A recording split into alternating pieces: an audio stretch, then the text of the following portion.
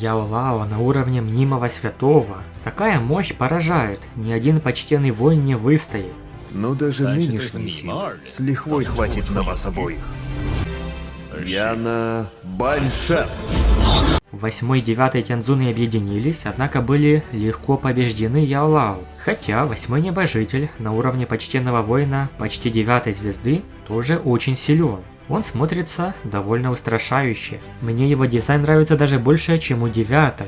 Сяо Янь, почтенный Фэн, да и все остальные были крайне рады видеть Яо Лао с физическим телом. Эта глава, связанная с воскрешением учителя, официально завершена. Было здорово видеть, как Сяо Янь помогает Яо Лао и в конце концов выполняет свои обещания. Теперь Сяо Янь отправится в цветочную фракцию помочь Юнь Юнь. Она станет главой. Мы наконец смогли увидеть новый облик Юнь Юнь. Хотя, если честно, она не сильно изменилась. Но ее одежда и костюм соответствуют стилю цветочной фракции. Кроме того, Сяо Янь помог ей с печатью Доу Ци, создав трещину, через которую Юнь Юнь быстрее могла впитывать энергию бабушки Хуа. Что еще более важно, Сяо Янь в цветочной фракции полностью поглотит небесное пламя учителя и сольет его с техникой сжигания. В результате он достиг 4-й звезды почтенного воина, а его техника сжигания эволюционировала и перешла на новый уровень. Произошел необычный природный феномен. Слой плотных черных облаков показался посреди ясного неба. Опытные старейшины цветочной фракции поняли, что это рождение метода Ци класса Тянь, или небесного уровня. Такие феномены происходят в 3 различных ситуациях. Одна касалась рождения пилюли высокого ранга, молния пилюли. Вторая заключалась в достижении определенного уровня развития, например, прорыва в очень высокий класс, но его встречали гораздо реже. Третья присуща рождению метода или же техники Доу Ци класса Тянь. Рождение не означает повторное появление той или иной методики. Абсолютно новое рождение, а если точнее, то создание. Только при создании метода Ци или техники Доу Ци небесного уровня возможно появление необычного природного феномена. Как много экспертов на всем континенте способны такого достигнуть. Одно дело получить готовую технику класса Тянь, а другое дело ее создать. В случае Сяо Яня это была техника сжигания. Да, он получил ее от учителя, но сам сумел довести ее до уровня класса Тянь, и решающую роль сыграло как раз поглощение 4-го небесного пламени. Поэтому не зря Яо Лао подарил свое леденящее пламя Сяо Яню. Что же изменилось в технике с этой эволюцией? Сяо Янь прикрыл глаза и погрузился в циркуляцию техники сжигания. Волны окружающей энергии хлынули поразительными объемами и вливались в тело Сяо Яня. Вся она моментально поглощалась. Степень циркуляции Доу Ци в его теле увеличилась как минимум в 10 раз. Кардинальные изменения случились в поглощении, очищении, преобразовании и всех остальных аспектах, связанных с энергией Доу Ци. Учитывая его нынешнее состояние, Сяо Яню больше не потребуется поглощать целебные пилюли для восстановления Доу Ци после использования пламенного лотоса уничтожения. Энергия восстанавливалась практически моментально. Сяо Янь определил, что техника сжигания теперь соответствует методу Ци низкого ранга класса Тянь. Однако она еле-еле перешагнула класс Ди. Слухи говорят, что во время использования истинного метода Ци класса Тянь практик способен использовать природную энергию в радиусе сотни и тысяч километров по своему усмотрению. Но техника сжигания пока что чуть-чуть не соответствовала этому. Леденящее кости пламя смогло продвинуть технику сжигания до уровня метода Ци квази-стадии класса Тянь.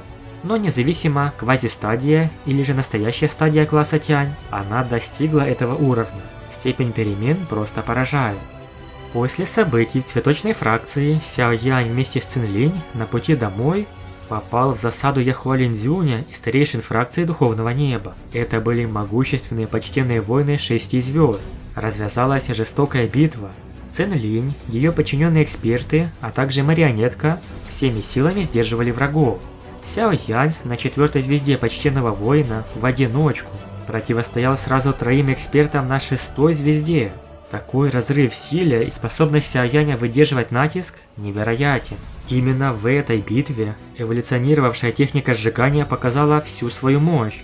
Каким образом? Сяо Янь использовал свои могущественные техники и, казалось, потратил все силы. Однако неожиданно окружающая природная энергия вскипела как вода. Волна за волной энергия непрерывно бросалась к телу Сяояня. При поддержке этой огромной и могущественной энергии силы Сяояня быстро восполнялись. И это метод Ци класса Тянь. Став свидетелями этой сцены, Яхуа Линьцзюнь и старейшины сильно расстроились. По их опыту, они естественно знали, что подобным образом грабить окружающую энергию можно было только с помощью легендарных методов Ци небесного уровня. Как бы они ни сражались, не смогут полностью исчерпать запасы Доу Ци Сяояня. Этот парень имеет поддержку метода Ци класса Тянь. Сяоянь мог бесконечно восстанавливать свою Доу Ци прямо во время боя. С другой стороны, поскольку противники не обладали подобными методами, то наступит момент, когда они полностью исчерпают свою духовную энергию. Как они тогда будут сражаться? Глаза Сяояня медленно открылись, враги оказались шокированными. Они почувствовали, как его тело наполнилось намного большим количеством Доу Ци.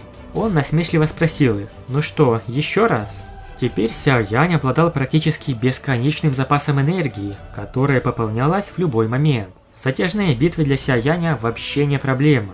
Но, к сожалению, на подмогу фракции Духовного Неба пришла 9-й Тяньцзун. Судя по ситуации, оказалось, что зал душ и фракция Духовного Неба сговорились.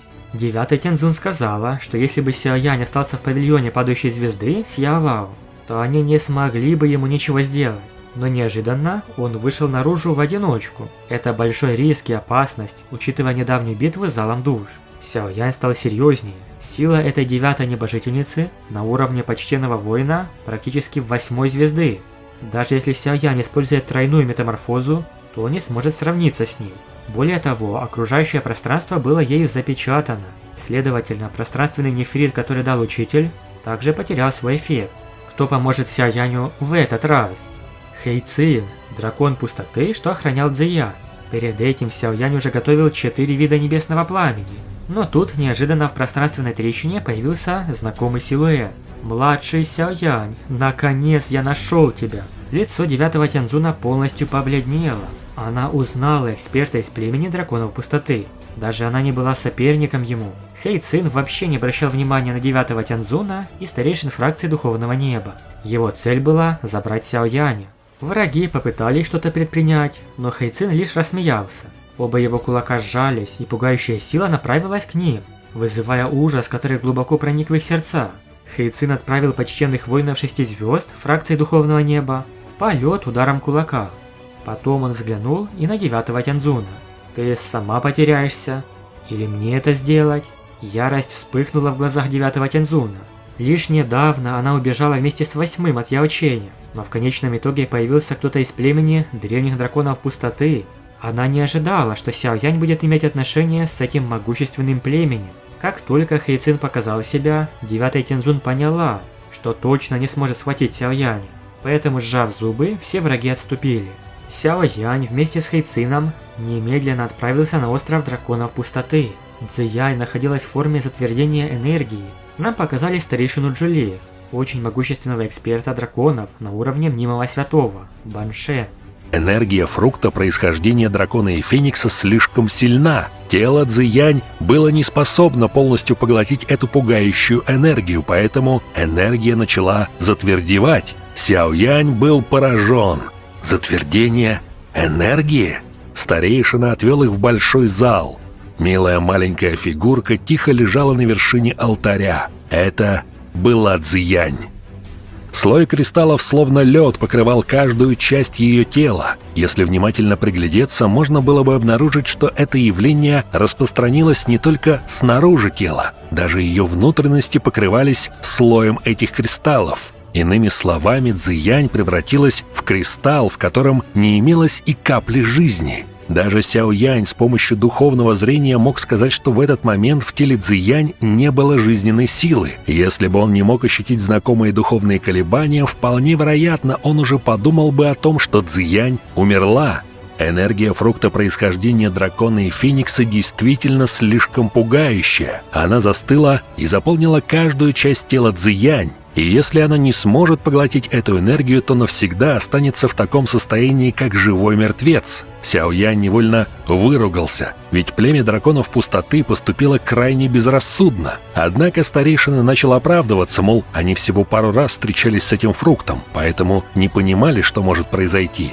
За всю историю было лишь 2 случая успешного поглощения фрукта, один из них небесными фениксами. В течение этого периода времени даже племя древних драконов пустоты было полностью ими подавлено, а через несколько сотен лет племя древних драконов пустоты наконец-то смогло получить фрукт происхождения дракона и феникса и сумело перевернуть ситуацию. Однако во время последней кровавой битвы между 2 племенами те 2 эксперта в конечном итоге погибли. Как же можно спасти Цзиянь? Сломать затвердевшую энергию не вариант, поскольку она чрезвычайно плотная. Более того, в таком случае энергия будет потрачена впустую. Но что же Сяо Янь мог бы сделать для Цзиянь? Все дело в небесном пламени. Сяо Янь допускал только 2 варианта, почему его могли вызвать. Один из них заключался в его алхимических навыках, в то время как другой в небесном пламени. Хотя Сяо Янь был выдающимся алхимиком 8-го ранга, на центральных равнинах, безусловно, имелись гораздо более опытные алхимики, чем он. Оставался лишь один вариант – небесное пламя. Старейшина драконов пустоты подтвердил, что энергетический кристальный слой, образованный фруктом происхождения дракона и феникса, чрезвычайно крепок. Расплавить кристаллический слой и заставить эту энергию поглотиться телом Цзиянь можно только с помощью небесного пламени. Однако подойдет не каждое, а только небесное пламя, которое входит в первую десятку рейтинга. А Сяо Янь